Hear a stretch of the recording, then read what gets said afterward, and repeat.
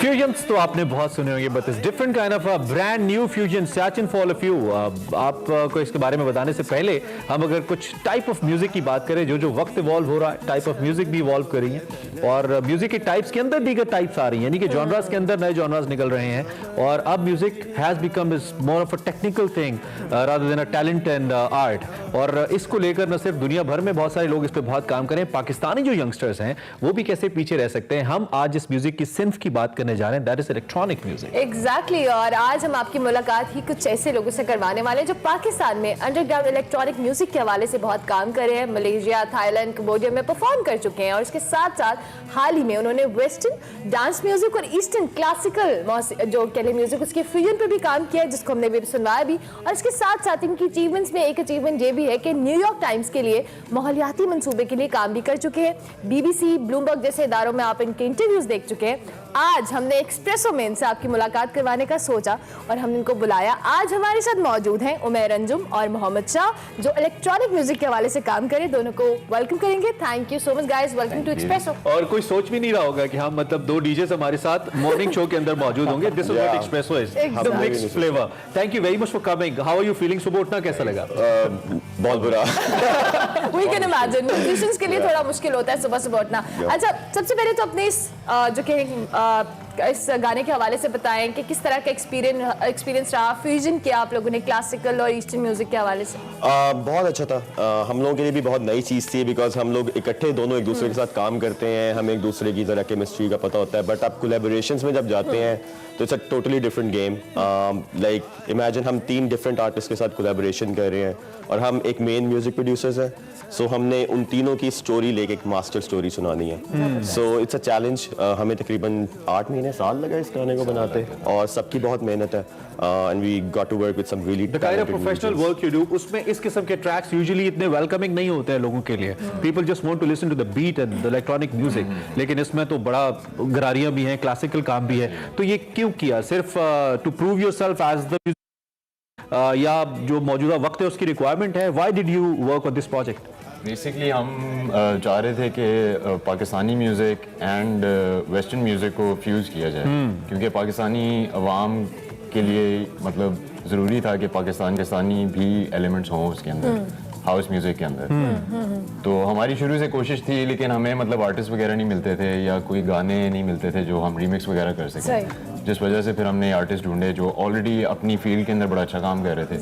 राके, एजाज, फरहान वगैरह थे ऑलरेडी गुड क्लासिक म्यूजिशियंस। तो फिर ये हमारे दोस्त भी थे, तो एक अच्छी अपॉर्चुनिटी हमें मिली। अच्छा, म्यूजिक वीडियो के हवाले से भी, चूंकि आपने लाहौर के अंदरून शहर को डिपिक्ट किया और बड़ा उसमें एक टच दिया, इसका आइडिया और कॉन्सेप्ट क्या था? सो हम लोगों ने ये गाना एक्चुअली प्रोड्यूस स्टूडियो में नहीं किया था। हम एक लाहौर म्यूजिक मीट पे परफॉर्म कर रहे थे।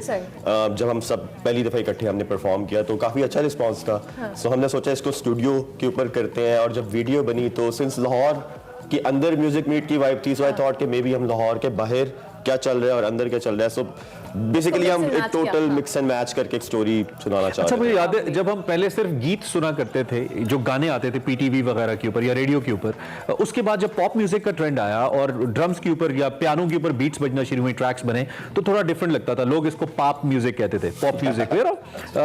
लोगों के लिए एक्सेप्टेबिलिटी मुश्किल थी। अब पॉप म्यूजिक ने फिर एक ट्रेवल किया, फिर पॉप रॉक बैंड्स आ गए, डिफरेंट चीजें होती नहीं विद द टाइम। अब ये जो इलेक्ट्रॉनिक म्यूजिक का कॉन्सेप्ट है, मैं ये समझता हूँ कि it's new for the common people. एक सर्टन तबके तक तो ये है। एक्सेप्टेबिलिटी क्या है यूथ के अंदर, कैसे देख रहे हैं आप इसको? दोनों आंसर देना चाहें, स्टार्टिंग यूथ में तो काफ़ी एक्सेप्टेबिलिटी है, बिकॉज सोशल मीडिया की वजह से, यूट्यूब वगैरह की वजह से हमारी जो यूथ है वो काफ़ी ज़्यादा जॉनरेज और काफ़ी ज़्यादा वर्ल्ड वाइड म्यूजिक से एक्सपोज हो रही है, नॉट जस्ट पाकिस्तानी म्यूजिक, लेकिन वर्ल्ड वाइड म्यूजिक। तो उनके लिए ज़रूरी है कि आप जो नए म्यूजिशियंस हैं, जो नया म्यूजिक बना रहे हैं, वो रेलेवेंट हो उन लोगों के लिए भी, not just old people, but it should be attractive to the newer generation as well. Your answer on this? What was the question again? Sorry. Acceptability. Youth. Yeah, I think because this is something really new for the people somehow. To be honest, it has always been there in a way कि जैसे आप नाज़िया हसन के कुछ गाने देखते हैं, उनमें disco और सिंथ्स, उनका एलिमेंट इलेक्ट्रॉनिक का शुरू से रहा है। बट इट्स जस्ट दैट कि अब आके ये चीज़ें काफ़ी ज़्यादा मैसेज में जा रही हैं और millennials can totally relate to, and obviously we wanted to create a bridge between कि जहाँ पे वो अपने कल्चर के साथ और इलेक्ट्रॉनिक के साथ एक कनेक्शन बिल्ड कर सकें। ठीक है। अच्छा, सॉरी, इलेक्ट्रॉनिक म्यूजिक के हवाले से ये कि एक स्पेसिफिक क्लास है जो उसको पसंद करती है, या आप डीजेस की बात करते हैं, पार्टीज की बात करते हैं, but still you guys made it with like fusion में किया है। सो व्हाट यू थिंक कि इस तरह के प्रोजेक्ट्स या म्यूजिशियंस इस तरह के एक्सपेरिमेंट करेंगे तभी लोगों में इसी तरह से अवेयरनेस आएगी, या सिर्फ वही क्लास सुनेगी आपको जिनको हम पार्टीज में डीजेस को सुनते हैं प्ले करते हुए, या उस तरह से? That's a great question. I think जो वो एक certain क्लास है वो तो हमें 6-7 साल से सुन रही है, बट हम अपने आप को भी कुछ चैलेंज दे के एक नॉर्म्स को ब्रेक करना चाहते थे ताकि हम एक सर्टेन ऑडियंस को रीच कर सकें, एंड ऑब्वियसली वहाँ से वो फिर आगे डिफरेंट चीज़ों पे कनेक्ट करेंगे, but again that's the whole point to challenge ourselves, और I think great things happen जब आप एक certain limit को push करते हैं। हमारी ये भी कोशिश थी कि इस तरह की कोई चीज़ बनाई जाए जो आप कहीं भी सुन सकते हैं, in your car, in a function, in a gathering, घर पे बैठ के सुन सकते हैं, जरूरी नहीं है एक सर्टेन आपको एनवायरनमेंट चाहिए इस तरह के गाने के अच्छा, लिए। मेरे जहन में हमेशा से एक सवाल रहा है डीजेस को लेकर खास तौर पे कि एक तो आपकी म्यूजिक की समझ होनी चाहिए, you should know the, because you have to play with the beat obviously, लेकिन दूसरी जानिब आपको म्यूजिक बनाने के लिए टेक्निकल सॉफ्टवेयर्स की भी समझ होनी चाहिए, that where you have to put a certain note, कहाँ पे रखना है, कैसे करना है, और जो आपके डिफरेंट ड्रॉप्स होते हैं, डिफरेंट रोल्स होते हैं, बिल्कुल। तो ये बड़ा टेक्निकल काम भी है। तो क्या पहले हम सॉफ्टवेयर इंजीनियर बने इसके लिए, फिर म्यूजिशियन बने? हाउ? सो मेरा ये सीन है कि मुझे सॉफ्टवेयर्स की इतनी समझ नहीं है, Okay. मेरे दिमाग में चलता है जो, बट अगेन उस दिमाग को सॉफ्टवेयर पे लाना भी एक आर्ट है। He is really good with That's the software, basic thing. He is really good with software, so हम डिस्कस यूजुअली कर रहे होते हैं चीजें, ideas, he is good with machine, so वो चीजें हो जाती हैं। टू बी ऑनेस्ट आजकल यूट्यूब पे सब कुछ पड़ा हुआ है, आपको कुछ सीखने की जरूरत नहीं है, अगर आप सीखना चाहें ना तो आप कुछ भी सीख सकते हैं आजकल के दौर में, ये मतलब मीडिया और इतनी रीच हो Don't you think it चीज़ों की। disturbs your business when people have a lot on YouTube? आप इतनी मेहनत से लूप्स बनाए, एग्जीक्यूट किया, फिर ये सोचा कि कहाँ क्या बजाना है, किसी ने आया एक लूप YouTube से उठाया और बजा दिया। Don't you think it's... but I think again वहाँ पे भी एक क्रिएटिविटी है, अगर वो चीजें वो शख्स कर सकता होता तो वो कर चुका होता ना। अच्छा, competition- अब वो एक मेरी competition वो एक मेरी क्रिएटिविटी है कि मैं आपकी कही हुई बात से अगर एक गाना बना दूं तो अच्छा, फिर मेरा किसी को आप आइडियलाइज करते हो, जिसके म्यूजिक को आप बहुत पसंद करते हो, और जिसके जॉनरा को आपने अपने म्यूजिक में ऐड किया हो? या खान साहब ऑब्वियसली ग्रेट इन्फ्लुएंस, कवाली और हाउस के टेम्पोस काफी थोड़े सिमिलर मिलते हैं, है, हाँ। काफी सिमिलर है। हमने 1-2 गाने भी आई थिंक इस तरह के किए खान के। थे, बट अगेन वो एक बहुत बोल्ड अटेम्प्ट हो जाती है, मतलब इतना उनको हाँ, वो रीच कुछ करना थोड़ा Hitting the highest सा mark risky भी हो नहीं जाता है। काफी मुश्किल काम Yeah, है। but again, Pakistani music, I grew up on strings, vital signs, and obviously जुनून। yeah, जुनून. I used to listen to काफी सारे western music जिसमें कोई language नहीं होती. So I think बचपन से ये एक इस तरह का connection नहीं, है. I believe you guys have made a difference. That's why you're sitting here. Obviously, बहुत सारे लोग ये Thank you, काम कर रहे thank हैं, you. and you well deserve to be on screens and to the people as well.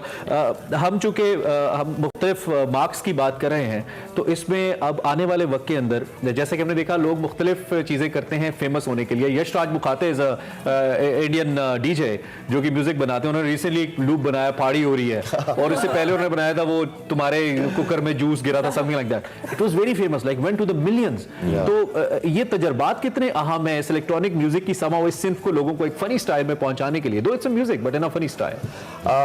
Unfortunately जरूरी है, होने नहीं चाहिए.